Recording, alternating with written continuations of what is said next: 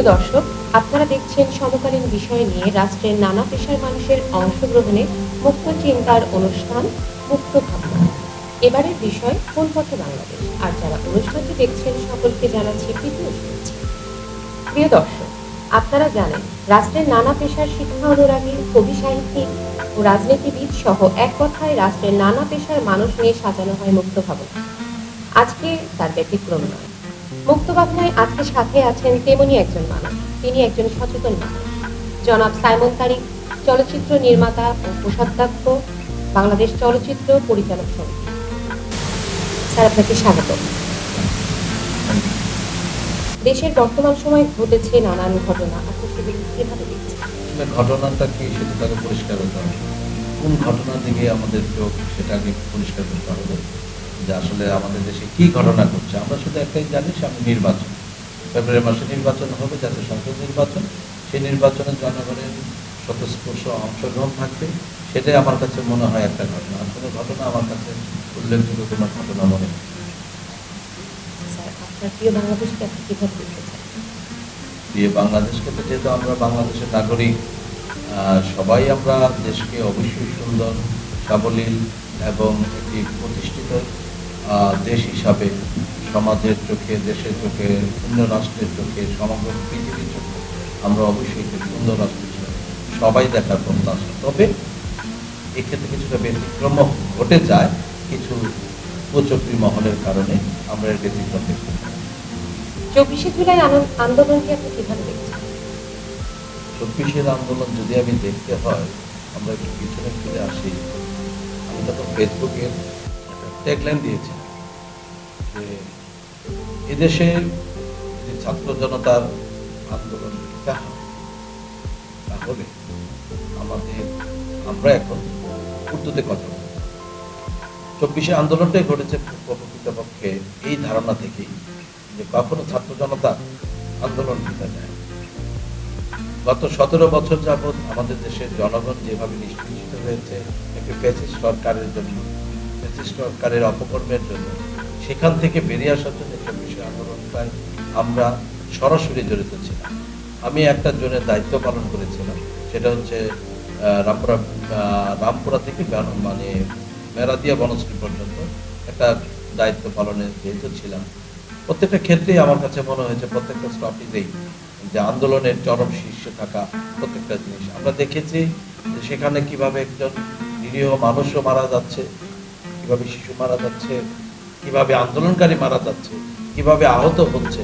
প্রত্যেকটা জিনিসের কাছে মনে হয়েছে আমরা যারা সচেতন মানুষ তারা আমরা দায়বদ্ধ আছে, যে কোনো প্রক্রিয়া হোক আমাদের এই ফ্যাসিস্ট সরকারকে বিতাড়িত করতে হবে। এটি ছিল প্রথম কারণ। এবং আল্লাহর সহায় 36 জুলাই যেভাবে আসছে, 36 জুলাই কখনোই বলে 30 হয় না, মাস 30 দিনই হয়।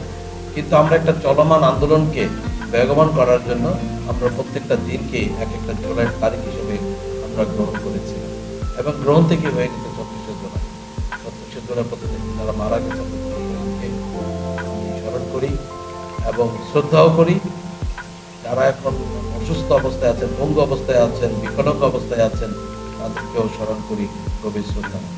তাদের এই আন্দোলন বা এই ক্ষতর কারণেই আজকে দেশ পুনরায় স্বাধীনতা অর্জন করা যেভাবে সে স্বাধীনতা অর্জনটা হয়েছে বলে আমি একটি রাজনৈতিক প্ল্যাটফর্মের সাথে জড়িত।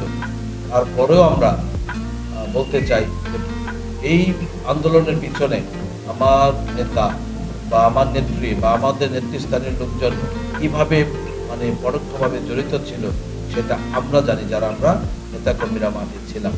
এটি হচ্ছে আমার 36 জুলাইয়ের যে আন্দোলনের 24 মানে বছরটা যেহেতু 24 ছিল, সেই ক্ষেত্রে হয় 24, কিন্তু আমরা বলি 36 জুলাই। 36 জুলাই আন্দোলনের কারণেই আজকে দেশ সফল এবং স্বাধীন একটা পূর্ণাঙ্গ স্বাধীনতা লাভ করা একটি দেশ হিসেবে পরিচিত বিশ্বের দরবারে। স্যার, সামনে তো জাতীয় নির্বাচন, জাতীয় নির্বাচনে প্রার্থী আপনি কেমন চাচ্ছেন? প্রার্থী তো সবাই ভালো চাবে, যার যার এলাকায় যে ভালো ব্যক্তি তাকেই ভোট দেবে। তবে আমি যেহেতু আগে বলে নিয়েছি যে আমি একটি রাজনৈতিক প্ল্যাটফর্মের সাথে জড়িত, এটা যদি বা অনিয়ারে কোনো সমস্যা না হয়, তারপর আমি গ্যাপ দিয়ে বলতেছি বাংলাদেশ জাতীয়তাবাদী দল বিএনপি তাদের অঙ্গ সংগঠন জাসাস সেন্ট্রাল কমিটির আমি মেম্বার হিসাবে, যেহেতু আমি একটা প্ল্যাটফর্মের সাথে জড়িত, আমি তো অবশ্যই আমার দলীয় লোককেই পছন্দ করে নেব। তবে আমার যে এলাকা কিশোরগঞ্জ 6 আসন, সেখানে যে ব্যক্তি ইলেকশন করছেন, তিনি আমাদের মনোনয়ন দিয়েছে মাননীয় ভারপ্রাপ্ত চেয়ারপারসন জনাব তারেক রহমান সাহেব, যাকে মনোনীত দিয়েছেন সুযোগ্য ব্যক্তি এবং ভালো ব্যক্তি, যে সংস্কৃতি বান্ধব এবং কর্মী বান্ধব আন্দোলনের সংগ্রামে জড়িত ছিল। আমরা ইনশাল্লাহ তাকে নির্বাচিত করব যদি দেশ শাসনভার জাতীয়তাবাদী দলের কাছে আসে। ইনশাল্লাহ আমাদের বিশ্বাস এই ব্যক্তিটি আমাদের এলাকার জন্য যথেষ্ট। শেষ প্রশ্ন, সমাজ সচেতন নাগরিক হিসাবে কোন পথে বাংলাদেশ যাবে বা যাওয়া উচিত? পথে যাবে আমার মতো নাগরিক আমি সেভাবে বলতে পারি না যে কোন পথে একেবারে দৌড়াবে।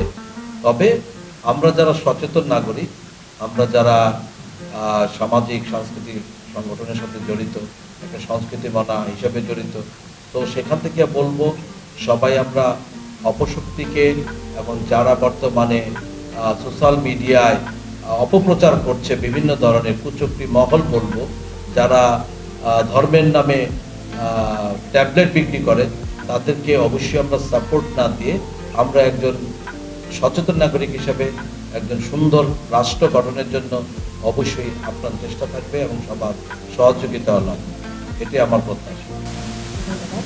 প্রিয় দর্শক, মুক্ত ভাবনায় আজকের মতো বিদায় নিতে হচ্ছে। তবে সামনে থাকবে আরো নতুন কোনো একজন অতিথি নিয়ে। ততক্ষণ পর্যন্ত ভালো থাকুন, সুস্থ থাকুন।